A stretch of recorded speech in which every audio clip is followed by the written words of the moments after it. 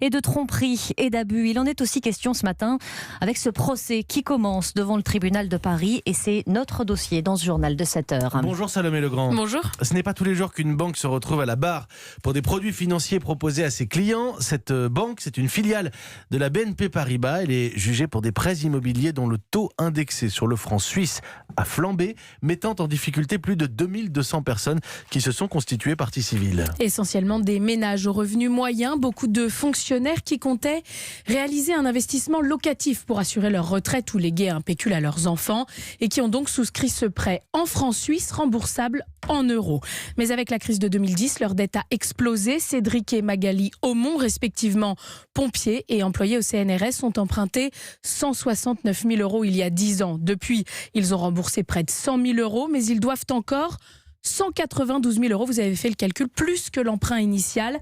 Avec leurs 2 enfants, ils ont dû déménager d'une maison à un petit appartement dans l'Essonne et sont maintenant dans une situation inextricable alors qu'ils pensaient avoir souscrit un prêt classique à taux fixe. À chaque fois qu'on recevait un relevé, on appelait la banque. Il ne fallait pas qu'on s'inquiète avec le crédit, avec nos mensualités, que voilà, ça allait revenir à la normale, qu'il fallait qu'on attende et qu'on soit patient.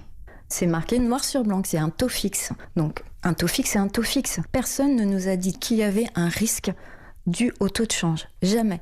C'est marqué absolument nulle part dans le contrat. Ou en tout cas, si c'est marqué, ce n'est absolument pas compréhensible pour un simple particulier qui ne travaille pas dans le monde de la finance. On a été trompé très clairement sur les risques qu'on prenait à prendre ce type de crédit. Là, c'est catastrophique parce qu'en fait, on angoisse énormément. On se demande comment on va réussir à rembourser ce crédit. On ne sait pas du tout comment on va s'en sortir. On arrive tous les deux proches de la cinquantaine.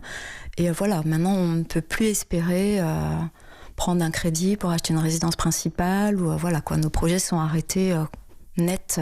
Ça peut être ridicule, hein, mais même le fait de partir en vacances, ça devient compliqué à cause de ce problème de crédit. Et son témoignage est assez terrible, hein, Salomé. Le risque n'était vraiment pas du tout annoncé ? Eh bien, c'est toute la question pour la filiale de la BNP qui ne nie pas la difficulté de certains clients du fait de la crise.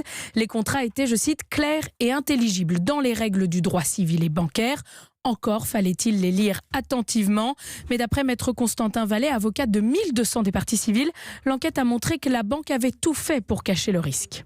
Le discours qui était tenu aux consommateurs était absence de risque et meilleure offre du marché. Il y avait même des contre-discours à tenir aux clients quand le client posait la question. Mais un prêt en francs suisses, n'est-ce pas trop compliqué pour moi ? C'est écrit comme ça dans les supports de commercialisation. Le commercialisateur devait répondre. Le franc suisse, c'est pour la banque, mais pour vous, ça ne change rien puisque vous vous remboursez en euros. Et le témoignage d'une ancienne cadre de la banque est particulièrement attendu. Elle a expliqué au juge avoir tenté d'alerter sa hiérarchie sur la dangerosité de ce prêt. Crash test à l'appui. Et ce procès, il se déroulera jusqu'au 29 novembre prochain. Merci Salomé Legrand. Dossier dans ce journal de 7 heures ce matin.